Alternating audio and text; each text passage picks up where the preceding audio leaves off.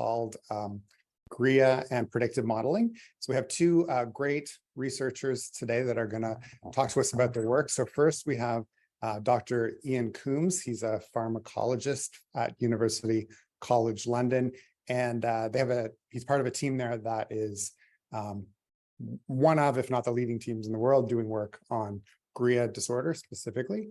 And he's going to talk about some of the work that they've done. And then I'll introduce Dr. Dennis Lal afterwards. So Dr. Coombs. Okay, let me. Oh yeah, sorry. That's not mine. That's not my talk.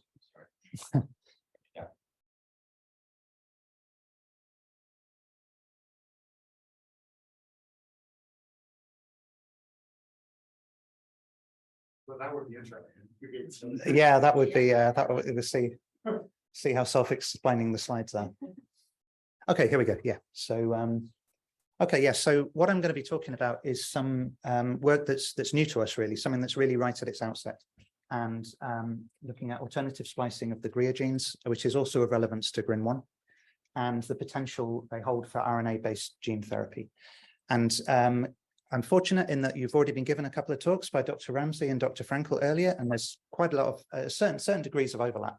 And I'm very grateful because they explained certain things I gloss over, they explained in quite a lot of detail, and certain things they glossed over, I'm kind of going to break down a little bit as well. So between us, hopefully, by sheer dumb luck, everything should be covered, so you can kind of keep up with what I'm saying, hopefully.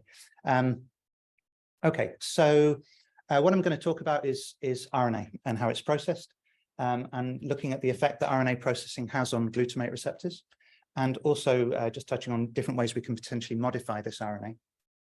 And then I'll move on to the first data we have in this question, focusing on some disease-associated GRIA2 variants, which are found in alternatively spliced regions, and the system we've developed to examine GRIA2 splicing. And also very first data on the functional outcomes we've managed to achieve by manipulating this splicing. So there may already be a couple of terms in here that you're not familiar with in splicing, alternative splicing. I'm going to explain those as we go through. And then hopefully the data will make some sense at the end. So if I can start off with an analogy for molecular biology. In this analogy, our DNA is the equivalent of the IKEA catalogue. It's a list of everything that we might want to make to furnish our homes. And in the case of the cell, it's all the proteins you might want to make to furnish the cell. Okay, so this is the analogy. Now we know that in GRI disorder, very commonly the most common mechanism for this is there's a spelling mistake in one of the genes represented by the HKEA catalog, which then ultimately leads to one of the copies of your protein being having an altered function or having a loss of function. Now, this is an incomplete view of molecular biology because all of our DNA is kept at the center of the cell in an area called the nucleus, whereas where we actually make our protein is outside the nucleus. Okay, so we need some way of passing the message from the DNA out to the protein synthesis machinery. And that, in terms of our analogy, is, well, in terms of science, it's RNA, and in terms of our analogy, this is the flat-packed version of something, the copy of what was there in the catalog that you're going to then take and ultimately turn into a functional item. And obviously, in terms of GRIA disorder, we have your misspelling, and we have the altered protein, and the misspelling is carried through in the RNA. So the RNA transmits the error to the protein synthesis machinery, and that is why we end up with the non-functioning protein. Okay, so no more analogies. This is something a bit more sciencey. So when we think of the GRIA2 gene, this is located on chromosome 4, and the chromosomes are millions of bases of DNA all strung together. And the way the DNA is organized in genes is that we have a promoter region. This is something that allows the cell to know that what comes after is a gene that can potentially be made into a protein. And these genes are organized in terms of exons and introns. And so exons are the things that actually turn into the protein coding regions, whereas introns are non-coding regions. And the way you go from DNA to protein is you form, first of all, what's called a pre-mRNA. And that is where all of these exons and introns in the genome, in the DNA, is turned into RNA. Okay. And then through a process called splicing, we end up eliminating all these introns that we don't want to help us form our protein, only leaving the exons, and to leave a mature mRNA, which is only exons. And now ultimately it's this through a process called translation that gives us our final protein. Now, it's always interesting. It always surprises me when I see numbers like this. The GRIA2 gene actually covers 146,000 bases of the genome, but actually less than 3,000 of those bases actually code for the protein across 16 different exons. And what that means is that the vast majority of what is there, what gets copied into RNA, is thrown away. Now, some of these structures are important for how the DNA is stored, but a lot of it is probably just junk that just gets built up, and there's, it doesn't do any harm, but it's just built up over time. But another very important part of information that's held within these introns is it allows the protein, allows the message to be spliced together in potentially different ways. Okay, and so what this means is that the message of a gene that came from the DNA can be modified at the RNA level. And alternative splicing is the inclusion or exclusion of particular exons. So not all of the protein coding regions actually end up going to code the protein. And some glutamate receptor genes are alternatively spliced, and this produces different forms of the protein. So for the GRIN1 gene, there's an exon called exon 5 that can be included or can be excluded. So looking at the GRIN1 gene here, we have all the introns are these horizontal lines, and the exons are the colored boxes in between.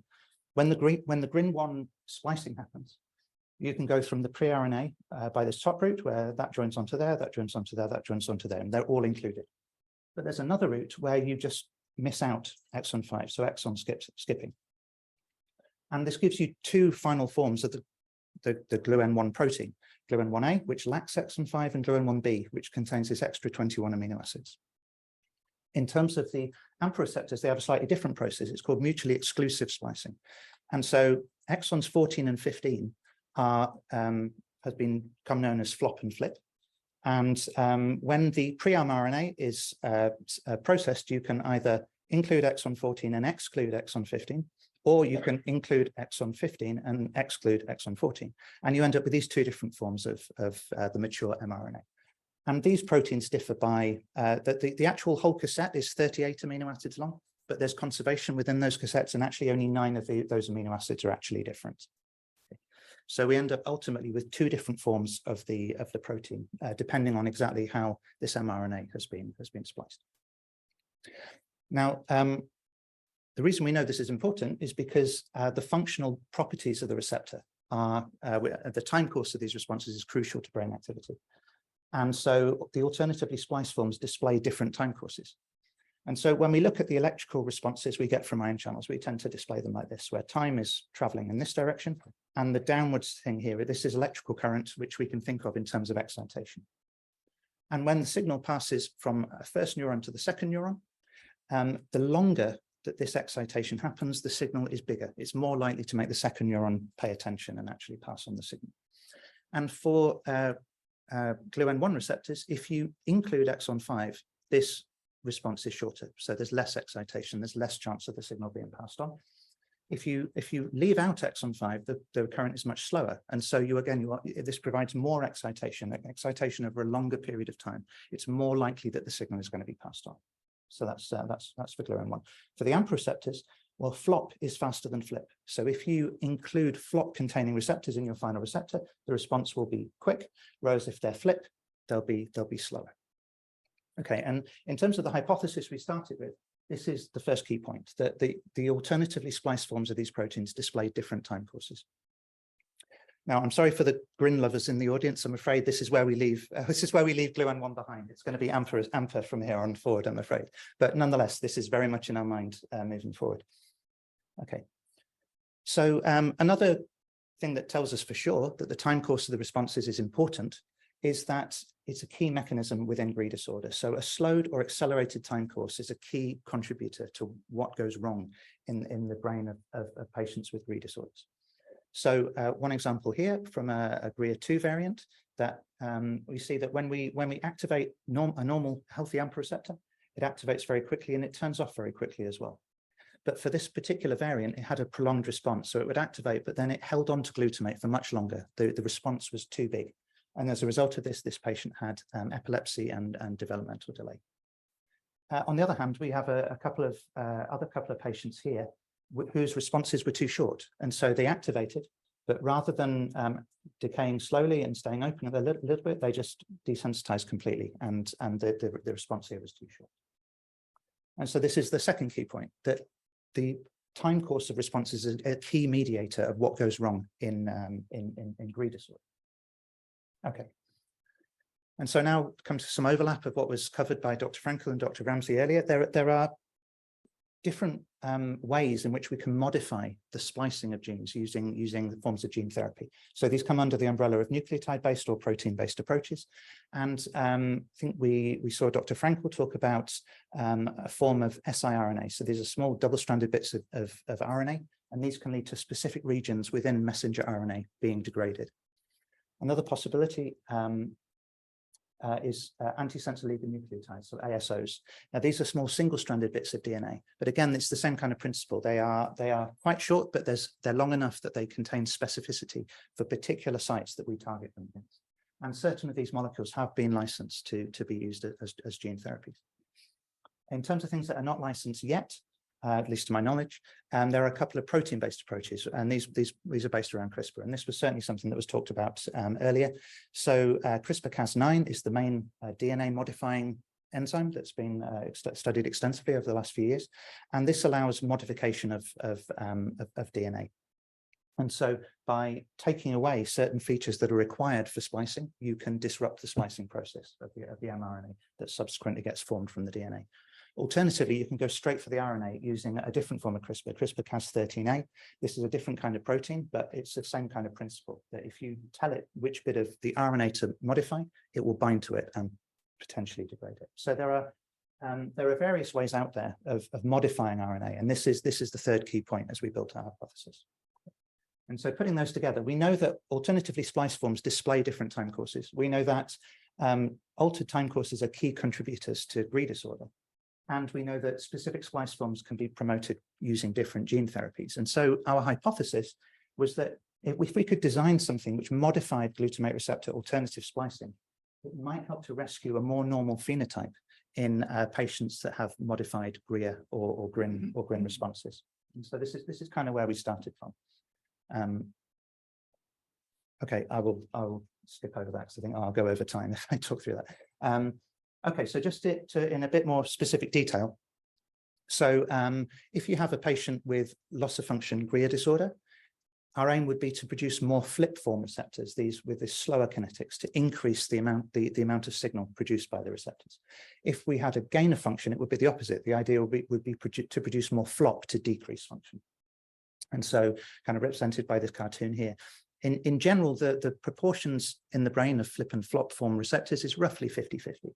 So if we could tweak it, so for example, we down-regulated the incorporation of flop, we'd be able to end up with much more flip form response. So this was kind of the basis of what we think might be possible. And these are just the very first experiments to try and test that idea. Okay, so everybody has flip and flop, and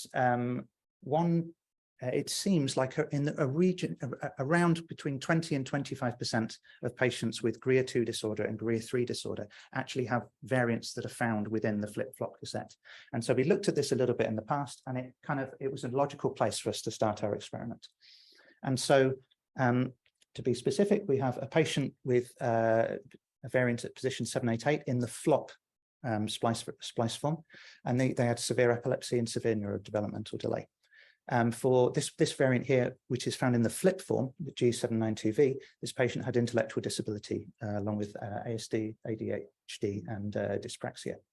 And so in terms of how the organization of their genes look like, well, even though it's a tryptophan represented by a W788, even though that same amino acid is found in both the flop and the flip exons, it was only changed in the flop. Okay, and similarly for this patient, glycine 792 is also found in the flop, but their variant was only found in the flip.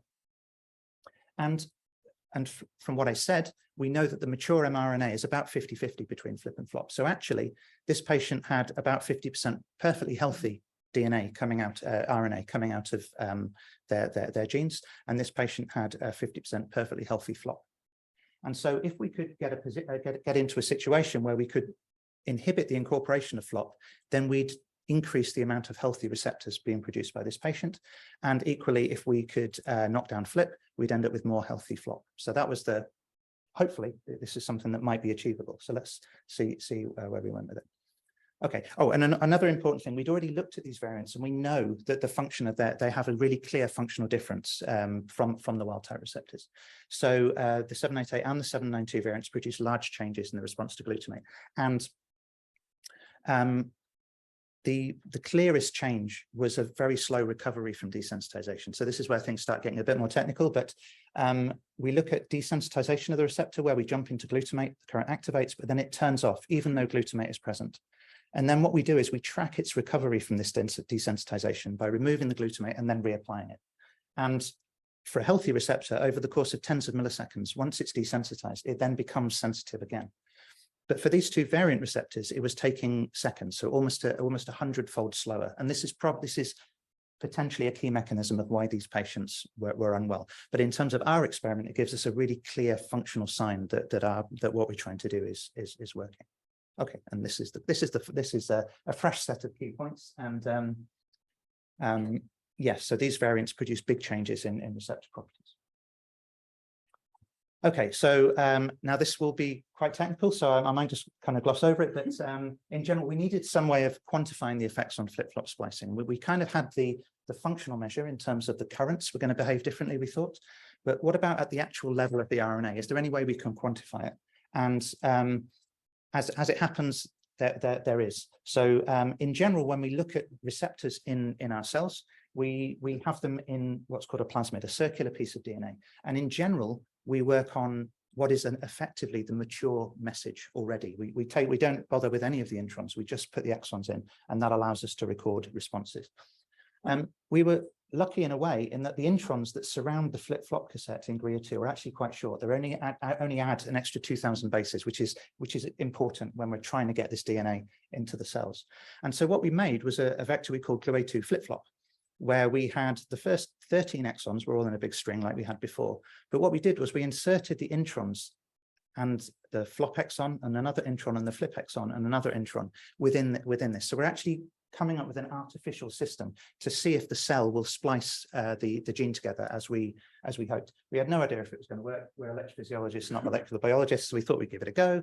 And fortunately, it did seem to work really well. So this is what the flip looks like when we do DNA sequencing. We get colored peaks that come off depending on which position, what the base is at a particular position. And for flip, it was all flip and there was no background. For flop, it was all flop and there was no background. But for flip-flop, you can see that with this window I've chosen, there's 4 differences between flip, which goes C, A, G, and C, and flop, which goes G, G, A, and T. And you can see that when we put the flip-flop vector and looked at the mRNA that we had a mixture at only these bases. And by quantifying how much flip and flop we had, we were able to see that this construct was giving us a mixture of flip and flop. It had been processed together, probably quite similarly actually to how it gets processed together in a neuron. And this was a really good start point for us because this gives us a system where we can either try and push it to have more flip or push it towards more flop. And we can try and build an experiment based around that. Okay, oh yes, and this is the key point 5. So we made this vector that produced a mixture of flip and flop. So this gave us something to work with. And also importantly, because we're electrophysiologists, we wanted to get back onto solid ground. It's important to know that it also makes functional AMPA receptors, because again, if all the cell did was just read out everything out that we put into it, it wouldn't make a functional protein because it would read the introns, it would read both exons, and it'd just be a mess.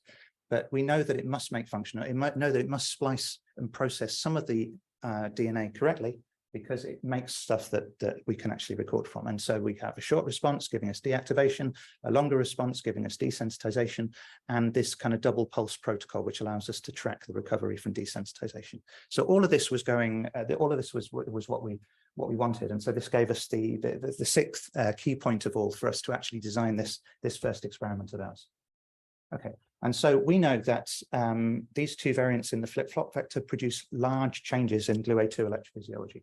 We know that we have this vector that will produce a mixture of flip and flop, and we also know that we can record channels from this. And so this allowed us to do the experiment whereby we modified this vector to include these variants, which will hopefully give us a good readout of the presence or absence of flip and flop. Okay, and so just in cartoon form, so you can kind of picture it maybe a bit better, is that we have this flip-flop vector with the first big chunk of the protein all in one row. We have an intron, flop, intron, flip, intron, and then the end. And we're incorporating the variant as it's found in the patient. It's found in only the flop exon. And over here, we incorporate the other variant only in the flip exon. And this is what we built. The cell is going to take this in, it's going to splice the RNA, and we're going to look at what happened. And if we can tweak it in either direction, this will potentially change the function of what we can record. Okay, and we were pleased to see, first of all, that when we incorporated these variants into the flip-flop vector, we saw things that were reminiscent of when we expressed only the defective protein. And so in terms of the wild-type response, the recovery is tens of milliseconds, as it should be, and this is the vector that has both healthy exons. But when we incorporate the 788 mutation into the flop exon, we now see something that was kind of quite biphasic. The start recovered quite well, but then the end recovered much more slowly. And so this was about tenfold more slow than it should have been. And for the flip form, where we have the flip, we have the variant present in the flip, but not the flop exon, this gave a really severely slowed recovery rate. So this was more like a 100-fold change. Okay, so again, this allows us to know that we have a system now that reports the presence of the flip or the flip exon in the final receptors. And then, okay, so how do we go about actually using this? How do we go about designing the potential for a future therapy based using this vector?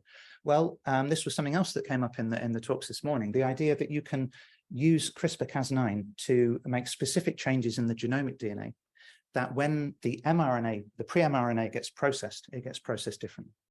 And so there's a key conserved site, the splice acceptor site, in the flip or the flop exon. And this is very highly conserved. It has to be an A and a G. Very, very, very few things get spliced that don't have an AG, which is this position here at the end of the intron, and then it's the flop exon. And over here, the end of the pre-flip intron, and then the flip intron. And so what we did was, because we have a very easy system to manipulate the DNA, with simple PCR with our plasmid, we can manipulate it. We made what's called a flop. We called flop KO, which is where this AG was turned to CG. And again, the flip KO, where this AG was changed to CG. And so this should disrupt the cell's ability to splice together the mRNA. And so just again, in cartoon form, what we're doing is we're giving it all the same coding information. It's getting the same exons, it's getting the same flop and the same flip. But what we're doing is we're telling it to ignore it by making this change. And so if we do this to this particular vector here, we should only get the healthy form, only the healthy flip. And if we do this to this vector here, we should only get the healthy flop form. That was the theory. And we were pleased to see that when we do remove the splice acceptor site within our vector, this allows, it kind of normalizes the electrophysiology response that we were able to record. So, and this is what it looks like here. So if we take this vector and we prevent the incorporation of the dodgy flop exon, we see something with normal properties. It recovers in tens of milliseconds, and this is exactly what an AMPA receptor should look like. If we want to, we would never want to do this, but just for the point of principle, if we prevent the healthy exon being expressed, so it can only express the variant exon, we see enormously slowed recovery from desensitization, so over 100-fold slower than it should be. And exactly the same principle applied when we looked at the flip variant as well. If we prevent the flip variant from being expressed, so only healthy flop gets expressed, we end up with healthy recovery from desensitization. Whereas if we, again, we wouldn't want to do this, but just the proof of principle, if we prevent the healthy flop exon being expressed, so it can only be the unhealthy flip, then again, we see these very, very non-AMPA-like properties from the vector. Okay, so this is just the first way that we looked at. The first way we've looked at of trying to manipulate splicing. We designed this vector, we designed this system that allowed us to look at splicing, and we can come up with a method of potentially manipulating that. So we also looked at a different form of CRISPR. This is the RNA binding CRISPR. I won't kind of go into it now. Suffice to say that our first attempts were promising, but they didn't produce the level of change that actually removing the splice site would have done. We didn't expect them to, but there are other things to try in this, designing different guides and designing potentially multiple guides, which may increase the efficacy. Okay, so just to summarize, so glutamate receptor mRNA is subject to alternative splicing, and these splice forms display altered and physiologically important behaviors. Splicing can be modified to change receptor properties, and this may ultimately, in terms of gene therapies, allow targeting the mRNA of GRIA, any of the GRIA genes, or also GRIN1 to potentially treat certain aspects of GRI disorder. And so our next steps are to optimize multiple of these different methods to try and modify most efficiently the nature of flip-flop splicing, and also to examine the effectiveness of these tools on model neurons moving forward, because obviously this is the very, very basic level. This is just very much proof of principle. Can we design a very basic experimental system to get it working? We want to progress that towards neurons, okay? And then ultimately, obviously, that's part of the pathway to developing treatment. Okay, so I must thank the Medical Research Council that fund the lab of Professor Farrant and Professor Kolkandi at UCL, and also thank to Elisa, who did some of the early functional studies on the splice variants, and to Kai, poor Kai, who came to our lab to learn electrophysiology, and I have had him pipetting RNA for 4 months. So sorry, Kai, and thank you very much for your attention.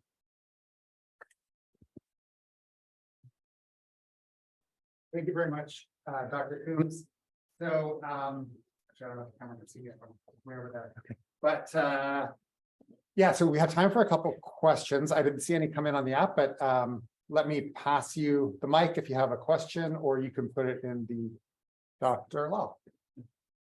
Yeah, so thank you very much for the cool talk. I have a question. So is it understood what makes the properties so different, one exon versus the other exon? Is it some kind of binding site which is very different, or?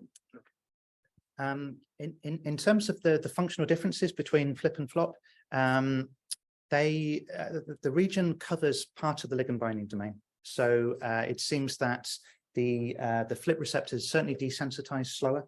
It's also dependent on RNA editing of a different site as well, so it's slightly complex. But in general, it probably means that so the ligand binding domains exist as a dimer of dimers, like a pair of Pac-Mans kind of back to back. When they bind glutamate, it pulls the pore open, and that puts some stress on this interface between the two regions, which then falls apart during desensitization. It's likely that that interface is more stable for the flip exon, for the flip form of the receptor than the flop form of the receptor, and that will be probably the mechanism as to why there are these changes.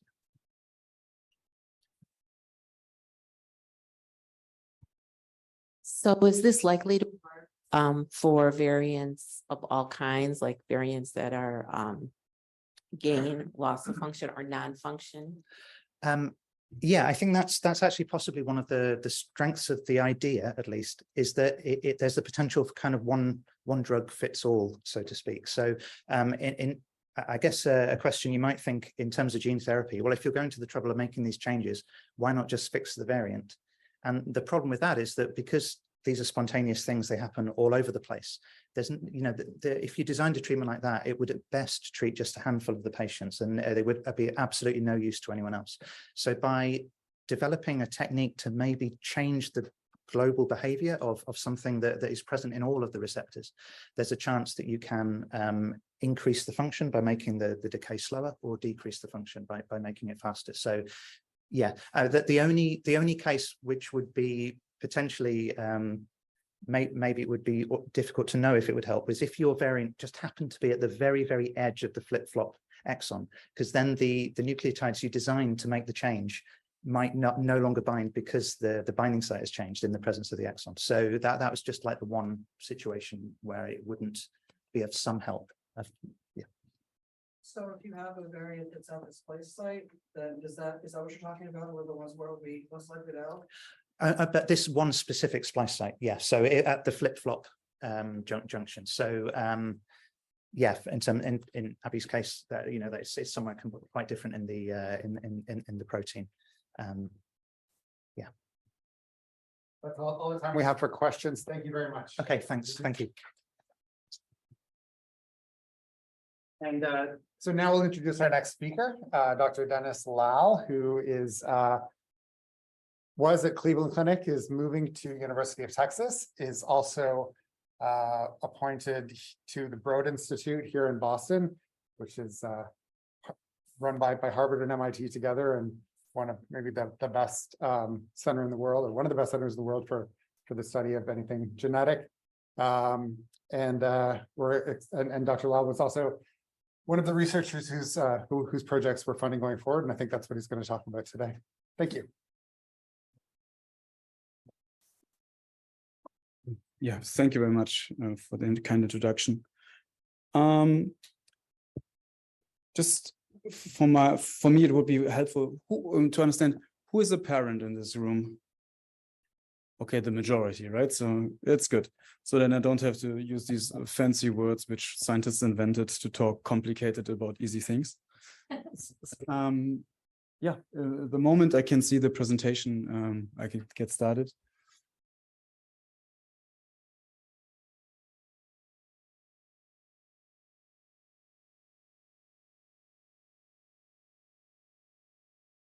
Perfect. Thank you very much. So the pointer is not working at the moment.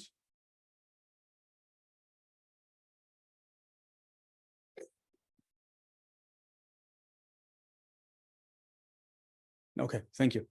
So so one of the things my research group and in particular for this topic today, if I say my research group, it's actually Ludovica, so the person in the back, who is really, you should talk to her in great depth and time. She is running around here, and she gives also later on another presentation on our work, a little bit more technical, I guess. What our lab is focusing on is trying to make a lot of sense out of the genetic test report. So I guess for you as families, you have noticed that when you talk the first time to a geneticist or neurologist, that they often feel uncomfortable reporting really what is in this test, and they take what is there and are unable to comment further on this, because for most of them it's actually just a new piece of information where they not really were trained in using this information. And this is a problem because imagine you would have to look at any kind of data, and this is relatively complicated data, and you have no really intuition about if that is really a real result or not a good result. For example, what you have noticed if you talk to an epileptologist or neurologist about an MRI, they're able to look through all of the different layers and they have their opinion. They look for all these things. But when it comes to a result from a genetic test result, they just look at a piece of paper, see some hieroglyphs. It can hardly pronounce the gene names, and that's it, right? And then you have to trust that then a genetic counselor who maybe just came fresh from university, has never been really, hands-on trained, is doing then a better job and interpreting this. So, and the unfortunate truth is that the interpretation of a genetic test is often a little bit more like an art form than a hardcore science. So what I want to say with this is that every one of us has round about 100 to 10,000 rare mutations, which are not in any form of database. So, and what the genetic companies report to you in this little test is only a selection. So, and how this selection is made and how someone prioritizes the individual mutations, there are since recently some guidelines, but the guidelines allow a lot of room for interpretation. So it makes a big difference which company and at which point in time, so which year, and which so-called expert is looking at this and what you receive. And we are trying to develop algorithms to make this a little bit more standardized, objective interpretation. And so the problem with this is that, when you do a genetic test, so these days, the genetic test can be classified usually in these major groups here. And you can see that benign means more or less that for example, the mutation which was found doesn't do anything. Pathogenic is disease causing, likely pathogenic is likely disease causing. and then here benign again. However, what you see is this upper part here, right? And this is when if you find a mutation, but no one really knows is it a benign or a pathogenic variant. Not talking about that these classifications can sometimes be wrong. So long story short, what I want to say is that there is a big problem these days in making sense of the genetic test. And this is, by the way, this figure, what I generated here is from this morning. So this is from a statistic which is from today, right? So this problem is not changing very fast.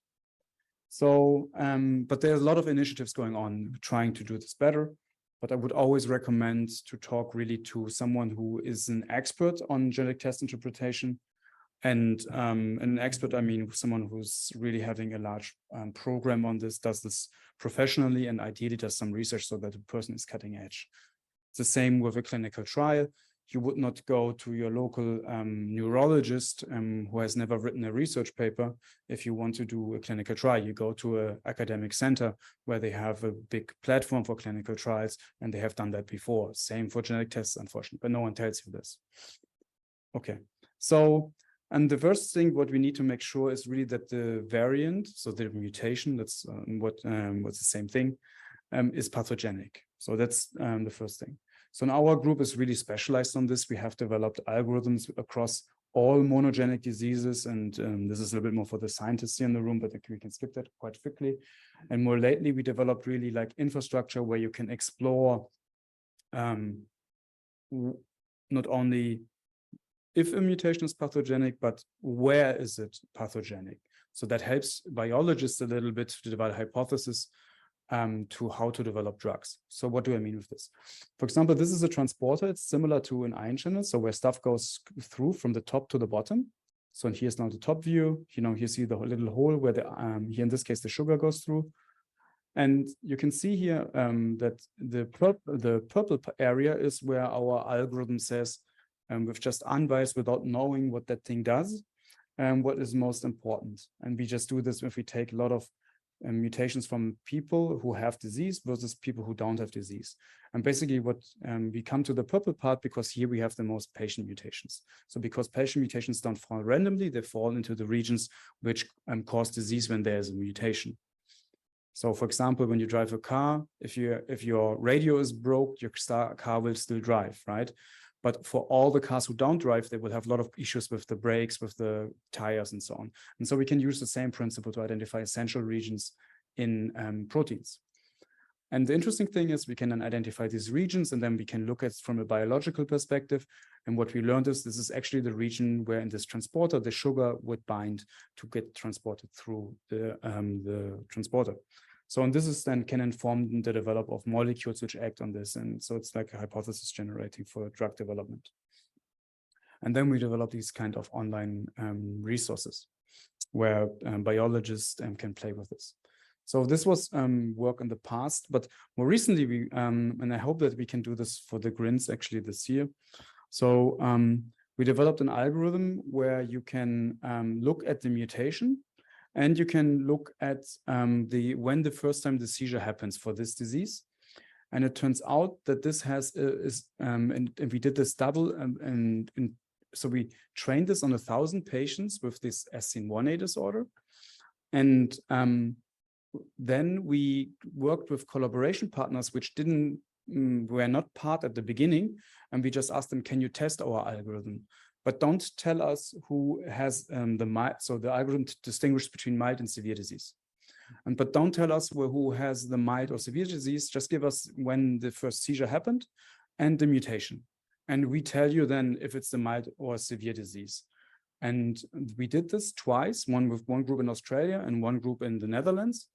And we were in both studies a 9 out of 10 times correct predicting just with the seizure onset. The severe from the mild disease away, so mutation plus seizure onset. And that's actually quite nice because this is in real world useful because we put this then into this web application where you can just type in the mutation and when the seizure started. And this is then based on 1,000 patients, real data on a rare disease, where most clinicians see maybe 1 or 2 patients, if at all, in their whole career. And the good thing is, in this case, seizure onset, because this is something what is directly available right from the beginning. And here, it is really the time for the clinician where they feel very uncomfortable. Because if you have the very first seizure and then you do the genetic test and see it's SCM1A, it can go 2 directions. It can go really bad, so that the children will never speak a word in their life, or they can go to develop normally, but they have from time to time seizures, but they don't have bad seizures.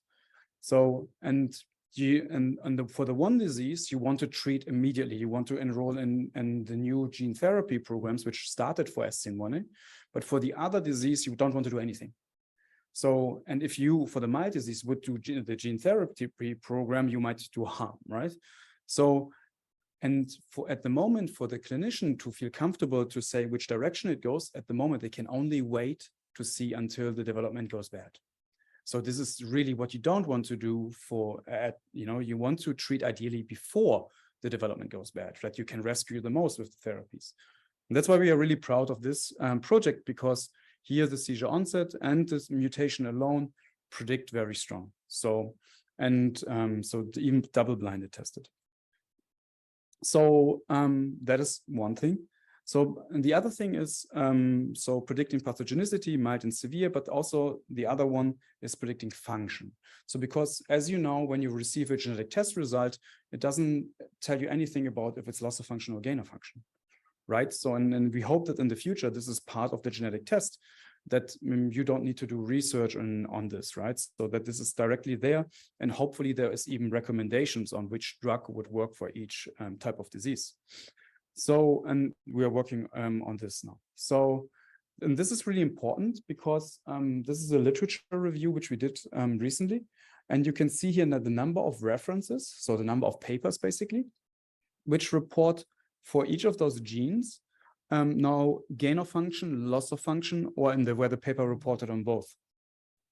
And what you notice here, and this is just sorted by the number of publications where they have the mechanism discussed, that for a lot of our famous epilepsy genes, this is more and more frequently more than one disease mechanism is reported. And if you're a biologist, what you already noticed here is that a lot of ion channels are here in the front. So long story short, and what you also will notice if you're an expert on epilepsy genetics, is these are the best studied genes here in the front. So 2 take-home messages. On the one hand, it seems more and more that in general, ion channel can cause disease in multiple ways as a generalizable rule. So if you have an ion channel disease, very likely it will not be just one mechanism, even if we don't know yet. Just potentially, it's not proven, but it looks a little bit like this, at least for the epilepsies.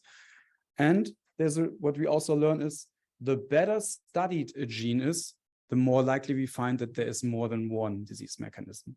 So that means if we have maybe diseases which today people should speak only about loss of function, and particularly if it's an ion channel, I would be, cautious that there might be more what we can learn in the future. Okay, so now we're coming to the green genes. So I will just introduce it briefly, but I would relatively move fast forward, but we can talk about this more. So one thing what we notice is that over the last 10 years, we have learned a lot of information about the green genes, the clinical spectrum, how the disease mechanism works, and particularly for variants where we have mouse models, a lot of knowledge is happening. But unfortunately, there's a disconnect. So when we talk, for example, about what is the clinical spectrum of someone who has a GRIN2A loss of function variant, in this room, where many people have some understanding and some hypotheses, often the parents better than the clinicians. However, if we move away from this group of individuals here and we just go to a neurologist, a geneticist, they typically have never heard even from the gene, right? And not talking about what is the difference about the spectrum. And but the interesting thing is the information is out. experts like the scientists who are presenting here, they're publishing nonstop of this and they're presenting at the scientific meetings, but this information is not moving to the individual people who care about your children. And this is a huge problem. So, and the problem is becoming even more extreme. So this is an older study from, I think, 2019, so already 4 years ago. And the problem is described here as the following. So for the gene GRIN2A, it's established that there is a gain of function phenotype and a loss of function phenotype. So there's 2 different sorts of diseases within the spectrum. And often it's probably even, this is a simplification likely. And so you can have, for example, these so-called disease-causing mutations in a specific region, it's called the TMD and linker region. Children that have more severe disease. So they have often a lot of cognitive problems. However, variants in a different region here, so they call it here ligand binding domain, and have or truncating like stop or splice variants, they have less severe disease. So, and this information, a clinician cannot understand. The average clinician, that sounds equally crazy, like it sounds to you, it sounds to them.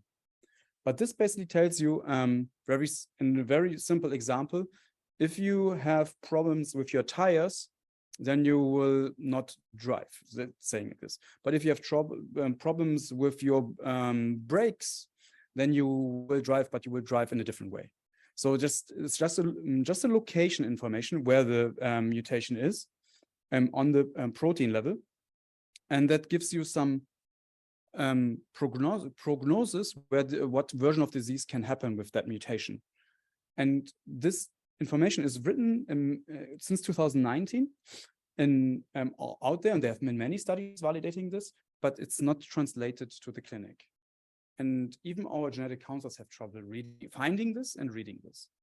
And I can say this very comfortable because I'm this year's chair of the special interest group of genetics at the American Epilepsy Society, So the largest organization for epilepsy in the world. And I'm a biologist, but I'm presenting and leading this initiative for the world. And I can confidently say in a room full of epileptologists that none of them have the clue to use this information. And this is a problem, thinking about precision medicine clinical trials, where we have to enroll children based on disease mechanism type, right? It's not just the mutation needs to be pathogenic, the mutation needs to be a specific kind of mutation. So that's always when I talk to families, I would always ask, when you are with your provider, hey provider, what kind of assessments did you do that this variant is really pathogenic? And what do you think? Is it a loss of function or a gain of function variant? And the moment you don't get a strong, clear answer, or someone is referring you to someone else, I would say you're not in good hands. At least when it comes to decisions on precision medicine. Maybe treatment of seizures, but you also want to have someone who can give you an educative guess what is the disease mechanism, because this will be a requirement for precision medicines. Okay, so to move this a little bit forward and overcome limitations, we developed online resources. I will not present this now in detail, but this is accessible on this website, and we are constantly working on, and we actually will spend a lot of more energy, and we have actually a new version, which I don't want to show yet. But in this resource, this is made for families as well as providers. You can get a lot of information and also contact to experts from individual domains, but I don't go much into detail with this now. Okay, so, and we have also information on function of the variants and so on. And I'm in Ludovica, we are here, and we can give you more information if you have questions between them. Okay, so, and we are integrating a lot of resources in this to make this, to enhance the quality of information for the individual providers. So one thing what we noticed is when we look at the functional data, which is generated with generous funds from the family organization, as well as governmental funds, which Dr. Tranelis generated, and he tested more than, I think, 600 variants molecularly, we noticed that the function of the variant is not completely randomly distributed on the gene and protein. And this is work from Ludovica, and she will talk about this later more. And so that's why I asked earlier, where are these different flip and flops located? So this is the NMDA receptor. And one thing what we notice is at these binding site. So there's a couple of regions which are more like a puzzle and like a lock, let's say. And the molecule which is activating that thing is more like a key, let's call it like this. And these lock sites, which are, for example, here glycine or glutamate or magnesium, turns out that if we look where our patient variants are, they are way closer compared to mutations which healthy people have. So as I said, everyone has mutations, right?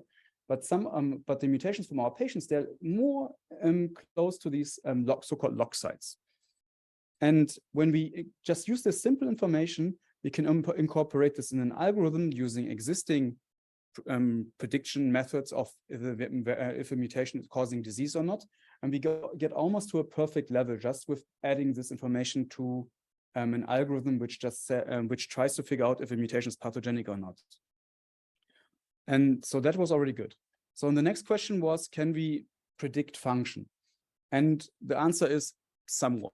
So if we want, so what we also observed is that, for example, that the so-called loss of function variants, they're closer to the glutamate or glycine lock compared to gain of function variants. And whereas the gain of function variants, they're closer to the magnesium lock. So basically, what we observe is that the loss of function variants are more in this area located, whereas the gain of function variants are more in this area located. And the electrophysiologists and biologists can talk about this more. This makes sense.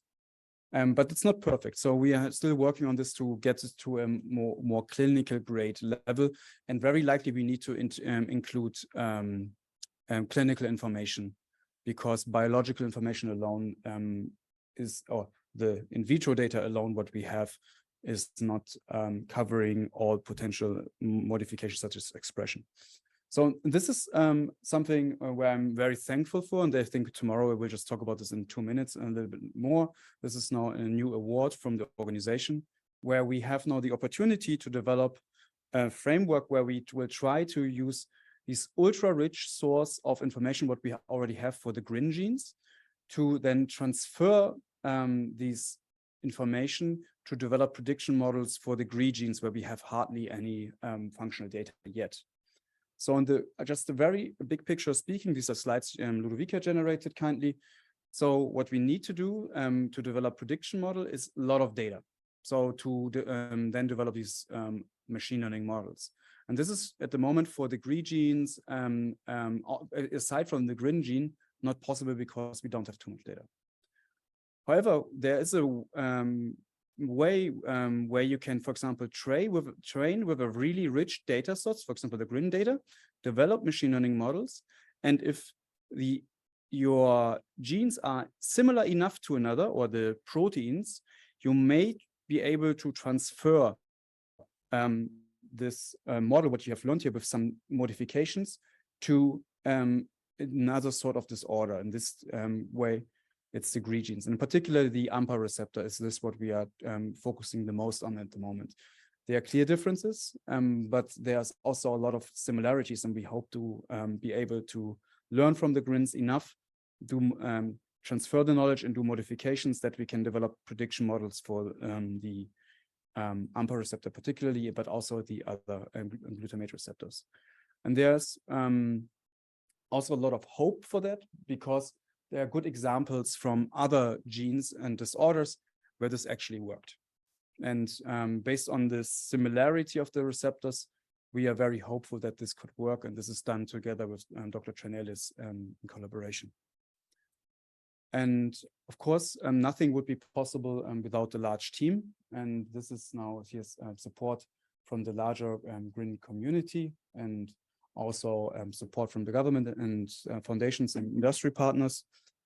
And with this, I just like to thank my team, in particular Ludovica, who is sitting here and is open to take a lot of questions during the day.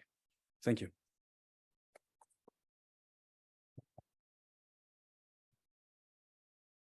Thank you, Dr. Lau.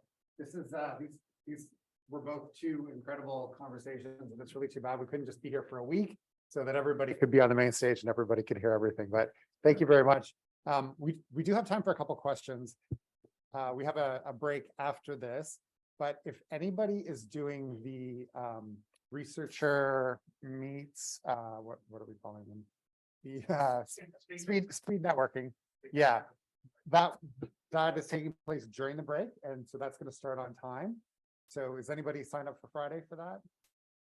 If you need to sign up, is there an opportunity to attend? So there was a sign up process. It's always possible that somebody won't show up or that somebody would let you go with them. So yeah, I think it's room Skyline B, which is just down this hallway. So if you're doing that today, you can make your way over, and then there's another session tomorrow as well.